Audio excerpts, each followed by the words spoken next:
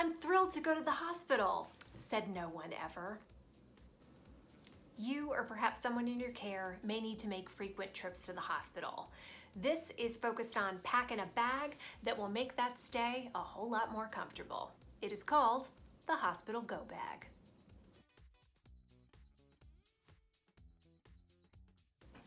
This is a bag that would go to the hospital with the patient and stay with the patient.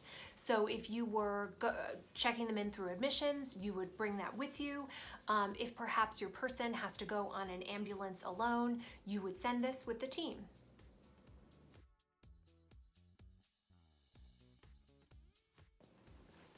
So what are the 5 essentials of a hospital go bag? Here we go.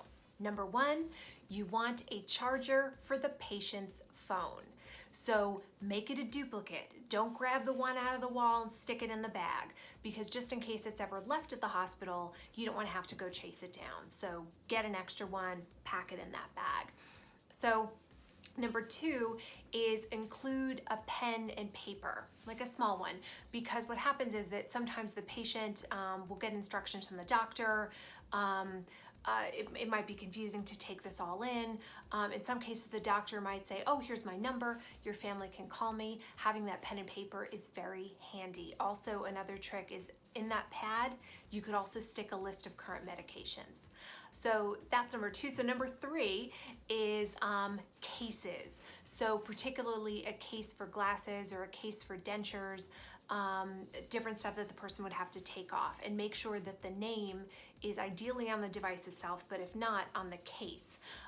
We lost a pretty good pair of dentures by not doing that one way. Really, really fancy set. So learn from our mistake, let it be your lesson.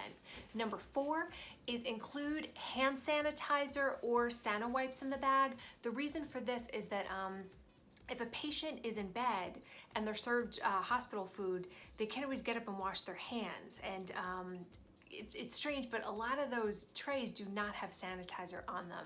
So I would always send my person with a little bottle of one. And then finally, number 5, the all-important extension cord.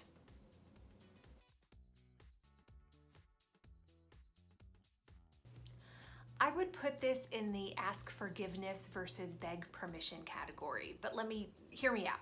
So my mother-in-law was a frequent flyer at the hospital, and many times we were unable to reach her because her phone would run out of charge, and she was unable to get it up and plug in the wall.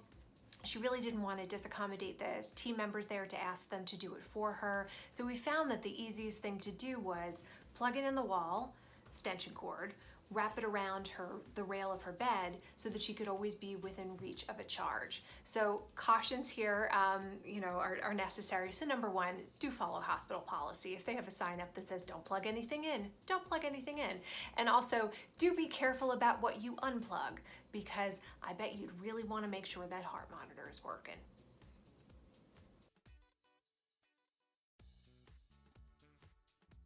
Here are some optional items that will make the patient a lot more comfortable. So headphones are good, especially if they have a noisy neighbor. Another thing that you could include in there is a magazine or a book, or certainly an iPad, but some people just like having that comfort book that they go back to and read. Another item is flip-flops or slippers. That is helpful, particularly if your person has trouble balancing. So I know some people wear, well, me included, very, very sturdy slippers with built-in insoles. So that might be something the person will want to feel comfortable. And finally, a blanket. So hospitals can be very, very cold. So you could always ask them for extra blankets, but if your person has something that they like that's cozy, that makes them feel at home, that might be something that you wish to include.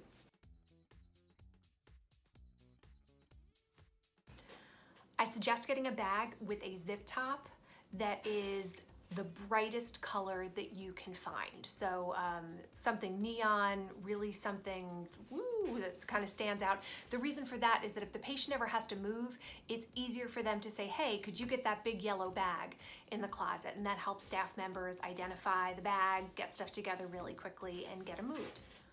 Another expert tip is to take home every single thing that the patient doesn't need. So for example, a coat, walking shoes, going home clothes, stuff that they might have used and don't really want anymore. So the idea is to really keep the room as kind of bare bones as possible so nothing gets lost, because all that stuff, for example, the coat, the shoes, you're gonna bring back, because when you pick them up, you'll be able to have all that stuff with you so they could get home in comfort. But in the meantime, don't crowd the drawers and the closets with that stuff.